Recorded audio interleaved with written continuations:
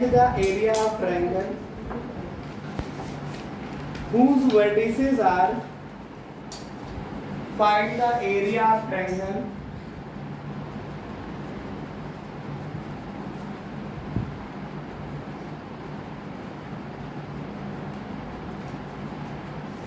whose vertices are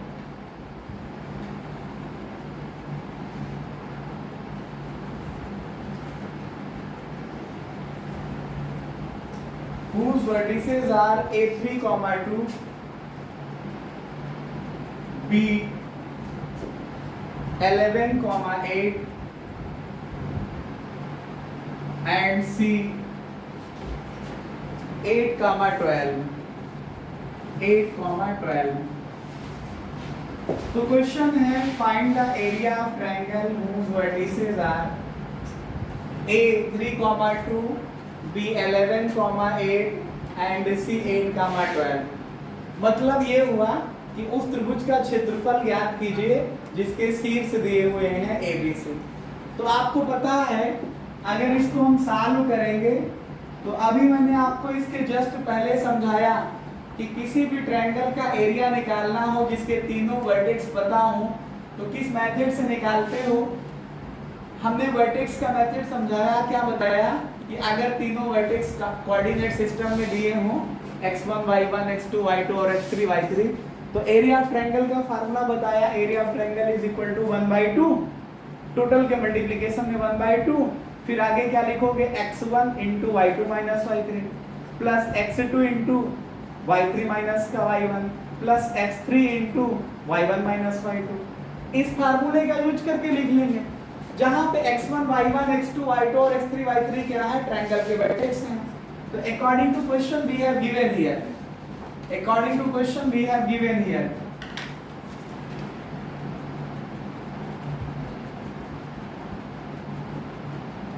यहां दिया गया है क्या, पहला पॉइंट x1 y1, दूसरे पॉइंट को आप लोग x2 y2 कहते हो और तीसरे पॉइंट या वर्टेक्स को आप लोग x3 और y3 कहते हो। तो x1 की वैल्यू 3, 2 है तो x1 3 y1 2, x2 की वैल्यू 11 और y2 8, x3 की वैल्यू 8 और y3 की वैल्यू 12।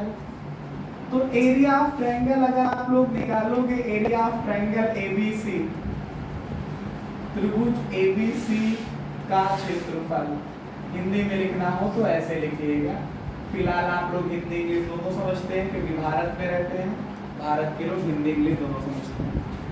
तो area of triangle 1/2 x1 into y2 minus का y3 plus x2 into y3 minus का y1 plus x3 into y1 minus का y2, ये आपके पास आ जाएगा x2 इंटू वैल्यू पुट करिए 1/2 आया x1 की वैल्यू 3 है इंटू y2 माइनस y3 तो y2 8 आया माइनस y3 की वैल्यू 12 आई प्लस x2 की वैल्यू 11 है इंटू y3 की वैल्यू 12 माइनस y1 की वैल्यू 2 हुई प्लस x3 की वैल्यू 8, y1 माइनस y1 की वैल्यू 2 माइनस y2 की वैल्यू 8, ऐसे करली ब्रैकेट क्लोज कर दो। सॉल्व करोगे 1/2 3 इंटू 8 से 12 घटाओगे तो -4 आएगा प्लस 11, 12 से 2 घटाओगे तो 10 आएगा प्लस 8, 2 से 8 घटाओगे तो -6 आ जाएगा। तो आएगा 1/2 मल्टीप्लाई करो माइनस का 3 चौके 12 आया, 11 दहम 110 आया, 8 छन माइनस का 8 छन 48 आ गया। तो कितना आ जाएगा 1/2 आया। अब ध्यान से समझिएगा, ये माइनस में ऐड करिए तो 60 आ जाएगा माइनस का प्लस 110 प्लस का, तो 1/2 माइनस 60 और प्लस 110 मिल करके प्लस का 50 आ जाएगा। इससे इसको मल्टीप्लाई करिए तो 50 और अपान में 2 आ जाएगा मतलब 25। आगे आप लोग लिखेंगे स्क्वायर यूनिट का मतलब होता है कि जो भी आपके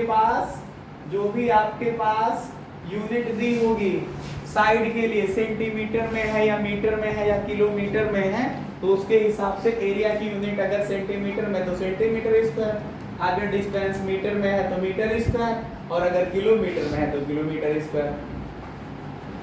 ठीक है, तो इस तरह से करते हुए आप लोग इस ट्रायंगल के एरिया का फार्मूले का एप्लीकेशन करके हम लोग ट्रायंगल का एरिया निकाल सकते हैं।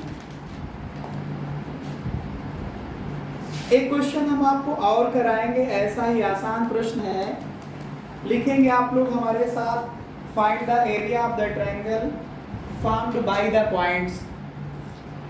Find the area of the triangle formed by the points 5, A5, A की वैल्यू है 5, 2, B का पॉइंट का कोऑर्डिनेट जो है वो हमारे पास है 4, 7, और C जो कोऑर्डिनेट है, C का कोऑर्डिनेट हमारे पास है कितना है 7, -4।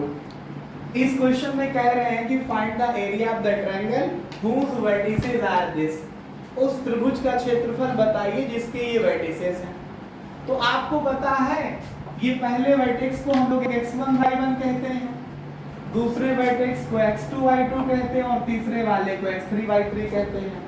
तो उसके हिसाब से अगर आप लोग देखोगे तो यहाँ पे जो अभी मैंने सॉल्व किया था वहां पे x1 की वैल्यू 5 होगी और y1 की वैल्यू 2 होगी, x2 की वैल्यू 4, y2 की वैल्यू 7, x3 की वैल्यू 7 और y3 की वैल्यू -4 हो जाएगी। फिर आपको यही लिखना है एरिया ऑफ द ट्रायंगल का formula. Area of the triangle ABC या त्रिभुज ABC का क्षेत्रफल क्या होता है 1/2 x1 × y2 - y3 plus x2 × y3 - y1 plus x3 × y1 - y2। यहाँ पे आप लोग वैल्यू पुट करिए तो आएगा 1/2 x1 की वैल्यू 5 लिखिए इंटू y2 - y3। देखिए ध्यान से समझिए, y2 की वैल्यू 7 फिर माइनस और फिर y3 की वैल्यू -4, ऐसे होगा ये। फिर प्लस x2 की वैल्यू 4 आई इंटू y3 की वैल्यू -4 माइनस y1 की वैल्यू 2 हो गई, प्लस x3 7 आया इंटू y1 - y2, y1 की वैल्यू 2 आई माइनस y2 की वैल्यू 7 आ जाएगी। आएगा 1/2 5 इंटू ये 7 माइनस प्लस 4 आ जाएगा, प्लस 4 इंटू -4 - 2 माइनस का 6 हो जाएगा, और फिर प्लस आपके पास आ जाएगा 7 इंटू ये 2 - 7 माइनस का 5 आ जाएगा। ये आएगा 1/2, ये देखो आएगा 5 × 11, चाहो तो 7, 4, 11 जोड़ करके 5 से गुणा कर दो तो 55 या 55 लिख दो, जो भी समझते हो। प्लस और माइनस मल्टीप्लाई करोगे तो -6 चौके 24 आ जाएगा, ये प्लस माइनस मल्टीप्लाई करोगे तो -7 × 5 35 आ जाएगा। तो ये कितना आएगा हमारे पास एरिया ऑफ द ट्रायंगल की value. Area of the triangle की वैल्यू आई इक्वल्स टू 1/2। समझिएगा 55 आया और माइनस में, ये दोनों माइनस में ऐड होंगे तो आपके पास आएगा 5, 4 मिलके 9 आ जाएगा, और 3 और 2 मिलकर के 5 आ जाएगा। 55 से 54 माइनस 55 से 59 माइनस करोगे तो माइनस का आ जाएगा 4। यहाँ से इसको सॉल्व करोगे तो माइनस का 4/2 तो आ जाएगा -2 स्क्वायर यूनिट। लेकिन एक बात समझिएगा, हमने आपको बताया है कि जब पॉइंट एक लाइन में होते हैं तो एरिया उस केस में 0 होता है। अगर एक पॉइंट लाइन में नहीं है तीनों तो एरिया 0 नहीं हो सकता है, कुछ ना कुछ एरिया तो कवर ही करेंगे ना।